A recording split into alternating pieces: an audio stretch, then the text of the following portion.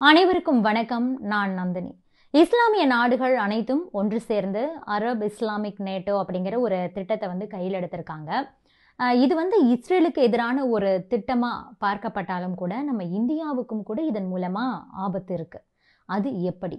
India மீதான அமெரிக்காவோட வரி தொடர்பான பேச்சுவார்த்தை டெல்லியில நடந்து முடிஞ்சிருக்கு. அந்த பேச்சுவார்த்தை என்ன ஆனது? அடுத்து என்ன நடக்கும்? ஐநாவால தடை செய்யப்பட்ட பயங்கரவாதி, இந்தியாவால தேடப்படும் குற்றவாளி மசூத் அசாரோட குடும்பத்தையே நம்ம இந்தியா சிதைச்சிருக்காங்க. அது பற்றி வெளியாகி இருக்கக்கூடிய ஒரு ஆதாரம் என்ன? இந்த பதிவுல விரிவா பார்க்கலாம். முதலில் மத்திய கிழக்குல இஸ்ரேலோட ஆதிக்கத்தை கட்டுப்படுத்துறதுக்காக அரபு மற்றும் இஸ்லாமிய நாடுகள் ஒன்று சேர்ந்து நேட்டோ மாதிரியான ஒரு படையை உருவாக்குறதுக்கு திட்டமிட்டிருக்காங்க. இதுக்கான ஆலோசனை கூட்டம் கத்தார்ல 2 தினங்களுக்கு முன்பு நடந்தது. அதுல பாத்தீங்கன்னா பாகிஸ்தானும் பங்கேற்றிருக்காங்க அப்படிங்கிறது தான் நம்ம நாட்டுக்கு ஒரு வார்னிங்கா பார்க்கப்படுது. அது மட்டும் இல்லாம வரும் காலத்துல பாகிஸ்தானை நம்ம இந்தியா தாக்குனாங்கன்னா அரபு மற்றும் மொத்த இஸ்லாமிய நாடுகளும் சேர்ந்து நம்ம இந்தியாவை நோக்கி திரும்பக்கூடிய ஒரு சூழல் உருவாகலாம். மத்திய கிழக்கு பிராந்தியத்தை பொறுத்த வரைக்கும் மொத்தம் 16 நாடுகள். இதுல 15 நாடுகள் இஸ்லாமிய அரபு நாடுகள். சவுதி அரேபியா, ஈராக், ஈரான், துருக்கி, ஐக்கிய அரபு எமிரேட்ஸ், எகிப்து, ஜோர்டான், சிரியா, ஏமன், லெபனான், பாலஸ்தீனம், ஓமன், கத்தார், குவைத், பஹ்ரைன். இந்த நாடுகள் எல்லாமே இஸ்லாமிய நாடுகள். இஸ்ரேல் மட்டும்தான் யூத நாடு. இஸ்ரேலுக்கும் அதை சுத்தி இருக்கிற இஸ்லாமிய நாடுகளுக்கும் இடையே தொடர்ந்து பிரச்சனை நிலவிக்கிட்டே இருக்கு. காலம் காலமா சண்டை நடந்துகிட்டே இருக்கு. இஸ்ரேல் பாலஸ்தீனத்தோட காசாவில் இப்போது சண்டை போட்டுக்கிட்டு இருக்காங்க. அது மட்டும் இல்லாமல் லெபனான், ஈரானையும் தொடர்ந்து கத்தார் மேலேயே கை வச்சுட்டாங்க இஸ்ரேல். போன வாரம் கத்தாரில் நடந்த தாக்குதலை பற்றி பார்த்தோம். கத்தாரோட தோஹாவில் இஸ்ரேல் தன்னுடைய ஏர்கிராஃப்ட்ஸ் மூலமாக போயிட்டு ஏர் ஸ்ட்ரைக்கை பண்ணியிருக்காங்க. ஹமாஸ் அமைப்பை சேர்ந்த தலைவர்களை குறிவைத்து தான் இந்த தாக்குதல் நடத்தப்பட்டது. அதில் 6 பேர் கொல்லப்பட்டாங்க. இஸ்ரேல் சொல்றது என்னன்னா, நாங்கள் தீவிரவாதிகளை குறிவைத்து தான் இந்த தாக்குதலை நடத்துகிறோம் அப்படின்னு சொல்றாங்க. இதுவே கத்தார் சொல்றது பேச்சுவார்த்தையில் ஈடுபட்டு இருந்த அதிகாரிகள் மேலதான் தாக்குதல் நடத்தப்பட்டிருக்குன்னு அவங்களுடைய தரப்பு சொல்றாங்க.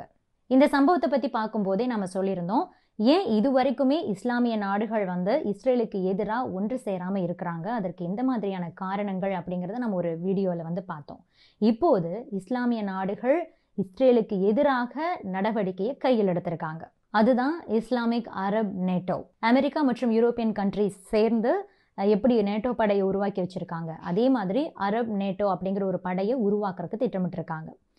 கத்தார் தலைநகர் தோஹாவில் அரபு இஸ்லாமிய நாடுகளுடைய ஒரு அவசர கூட்டம் 2 நாட்களுக்கு முன்பு நடந்தது. அந்த கூட்டத்தில் மொத்தம் 40 நாடுகளுடைய தலைவர்களும் பங்கேற்றிருந்தாங்க. அதில் பார்த்தீங்கன்னா சவுதி அரேபியா, ஐக்கிய அரபு எமிரேட்ஸ், ஓமன், பஹ்ரைன், பாகிஸ்தான், துருக்கி, எகிப்து உள்ளிட்ட நாடுகளெல்லாம் கலந்துக்கிட்டாங்க. பாகிஸ்தான் சார்பில் அந்த நாட்டுடைய பிரதமர் ஷெபாஸ் ஷெரீஃபும் பங்கேற்றிருக்கார்.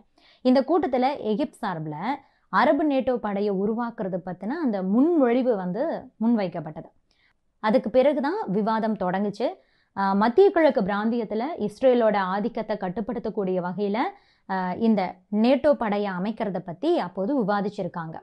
அந்த கூட்டத்தில் பாகிஸ்தான் சார்பில் இந்த அரப் நேட்டோ படையை அமைக்கிறது மட்டும் இல்லாமல் பிராந்தியத்தில் இஸ்ரேலுடைய கட்டுப்பாட்டை தீவிரமாக கண்காணிக்க வேண்டும் அப்படிங்கிற ஒரு பாயிண்ட்டை பாகிஸ்தானுடைய பிரதமர் ஷெபாஸ் ஷெரீஃப் சொல்லியிருக்காரு. அதுக்கப்புறம் துருக்கி பார்த்தீங்கன்னா அதனுடைய அதிபர் தய்யிப் எர்டோகன் இஸ்ரேலுக்கு எதிராக பொருளாதார முடக்க நடவடிக்கைகளை கண்டிப்பாக நம்ம நாடுகள் எடுக்கணும்னு சொல்லியிருக்காரு.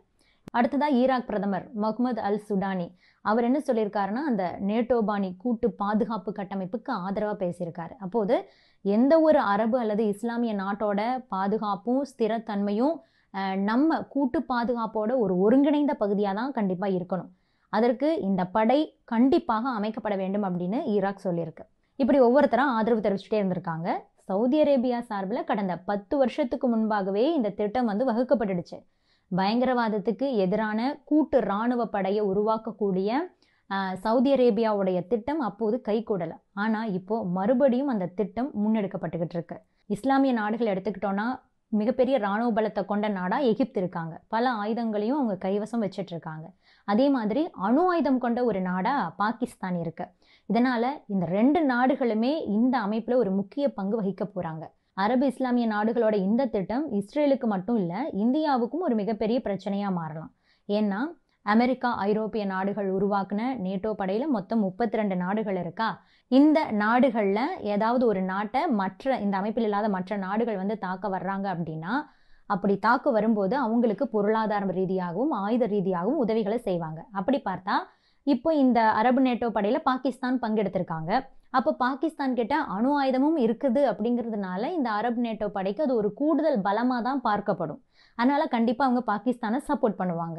பாகிஸ்தான் நம்ம இந்தியா மேலே தீவிரவாத தாக்குதல்களை ஏவி விடும்போது அந்த நேரத்தில் நம்ம இந்தியா பாகிஸ்தான் மேலே தாக்குதல் நடத்தும் போது கூட அவங்க இந்த அரபு நேட்டோ படையில் இருக்கும்போது இந்த ஒரு வசதியை பயன்படுத்தி கொண்டு நம்ம இந்தியா மேலே இஸ்லாமிய மற்றும் அரபு நாடுகள் வந்து தாக்குதல் நடத்துறதுக்கான வாய்ப்பு இதன் மூலமாக உருவாகும். அதனால தான் இஸ்ரேல் மட்டும் கிடையாது, இந்தியாவுக்கும் இதனால் பாதிப்பு இருக்குது அப்படின்னு நிபுணர்கள் சொல்கிறாங்க. இருப்பினும் கூட இந்த இடத்துல இன்னொரு விஷயத்தையும் நம்ம சொல்லணும். கடந்த காலங்களிலும் இந்த மாதிரியான கூட்டங்கள் நடந்திருக்கு. இஸ்ரேலுக்கு எதிராக இந்த மாதிரியான ஆக்ஷன்ஸை எடுக்கணும் அப்படின்னு சொல்லிட்டு இஸ்லாமிய நாடுகள் எல்லாம் பேசியிருக்காங்க. ஆனால் அதை வந்து அவங்க செயல்படுத்தினது கிடையாது. ஸோ அதில் ஒரு நடவடிக்கையாக தான் இதுவும் இருக்குமோ அப்படிங்கிற ஒரு சந்தேகமும் இருக்குது. அதே நேரத்தில் முழு மூச்சாக அனைத்து நாடுகளும் ஒன்று சேர்ந்து இந்த அரபு நேட்டோ படையை அமைக்கிறதுக்கான வாய்ப்பும் கூட கிட்டத்தட்ட 80% இருக்குது அப்படின்னு சொல்லலாம். இதை பற்றி நீங்கள் என்ன நினைக்கிறீங்க அப்படிங்கிறத பற்றி சொல்லுங்கள். இந்த நேரத்தில் இந்தியா அமெரிக்கா இடையே நடந்த பேச்சுவார்த்தையோட அப்டேட் என்ன அப்படிங்கிறத பற்றியும் பார்க்கலாம். இந்தியா அமெரிக்காவை எடுத்துக்கிட்டோன்னா பல காலமாகவே ஒரு நல்ல வர்த்தக உறவு இருந்தது.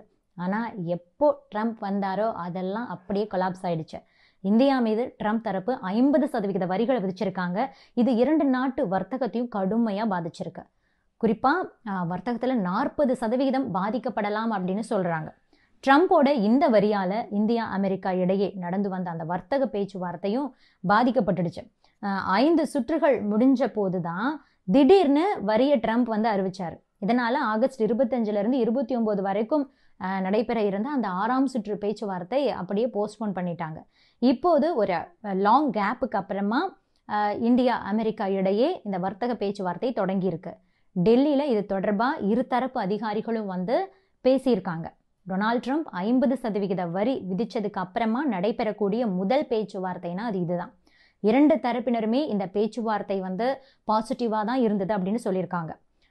டெல்லியில் அமெரிக்க வர்த்தக பிரதிநிதியோட உதவி செயலாளர் பிரெண்டன் லிஞ்ச், அதுபோக இந்திய வர்த்தக மற்றும் தொழில்துறை அமைச்சகத்தோட சிறப்பு செயலாளர் ராஜேஷ் அகர்வாலை வந்து அப்போது சந்திச்சு பேசினாரு.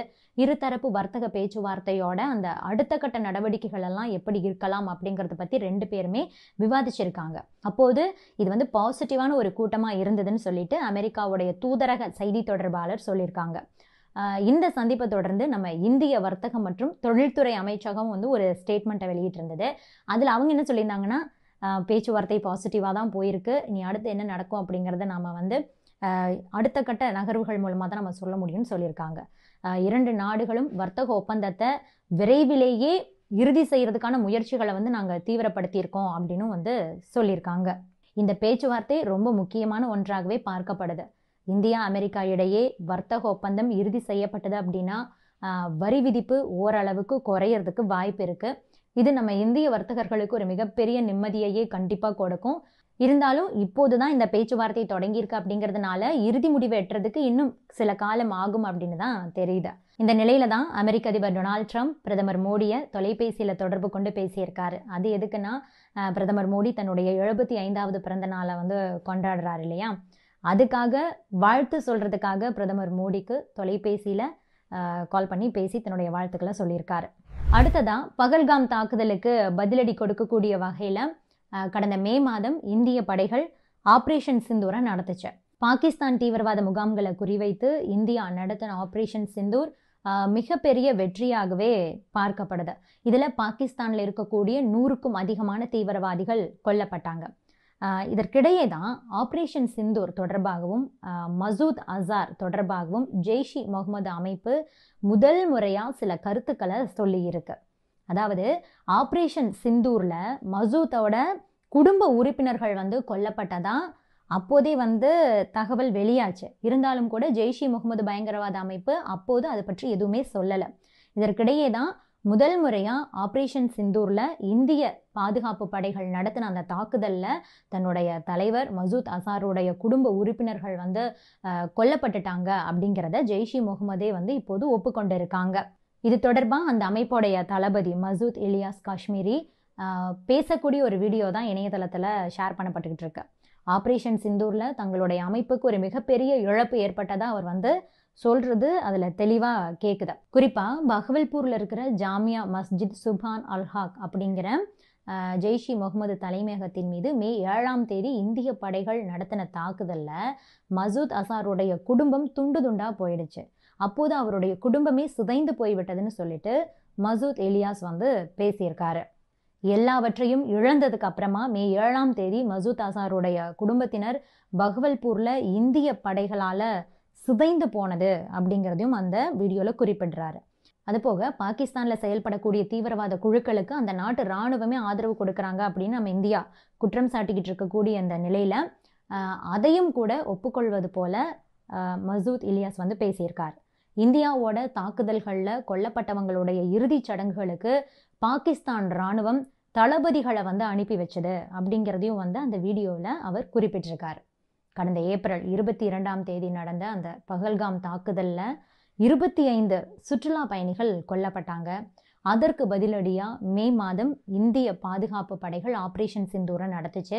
அதில் பாகிஸ்தான் மற்றும் ஆக்கிரமிப்பு காஷ்மீரில் இருந்த தீவிரவாத முகாம்களை நம்ம இந்தியா குறிவைத்து அழித்தது. பாகிஸ்தானோட 12வது பெரிய நகரமான பஹவல்பூர் லாகூர்லேருந்து 400 கிலோமீட்டர் தொலைவில் இருக்குது. அந்த இடத்த நம்ம இந்திய இராணுவம் துல்லியமாக குறிவைத்து தாக்குனதில் தான் அசாருடைய உறவினர்கள் பலரும் கொல்லப்பட்டாங்க. இந்த அசார் இந்தியாவில் தேடப்படக்கூடிய பயங்கரவாதி, ஐநா அமைப்பால் தடை செய்யப்பட்ட பயங்கரவாதி. 2016 பத்தான்கோட் தாக்குதல், 2019ஆம் ஆண்டு புல்வாமா தாக்குதல் உள்ளிட்ட இந்தியாவில் நடந்த பல பயங்கரவாத தாக்குதல்களுக்கும் இவன் தான் மூளையாக செயல்பட்டிருக்கான். இந்த மசூத் அசார் இப்போது ஆக்கிரமிப்பு காஷ்மீரில் இருக்கிற கில்ஜிட் பால்டிஸ்தான் பகுதியில் தான் பதுங்கி இருக்கிறதா சொல்லப்படுது. இது பற்றியெல்லாம் நீங்கள் என்ன நினைக்கிறீங்க? உங்களுடைய கருத்துக்களையும் பதிவு பண்ணுங்க. Subscribe to One India and never miss an update.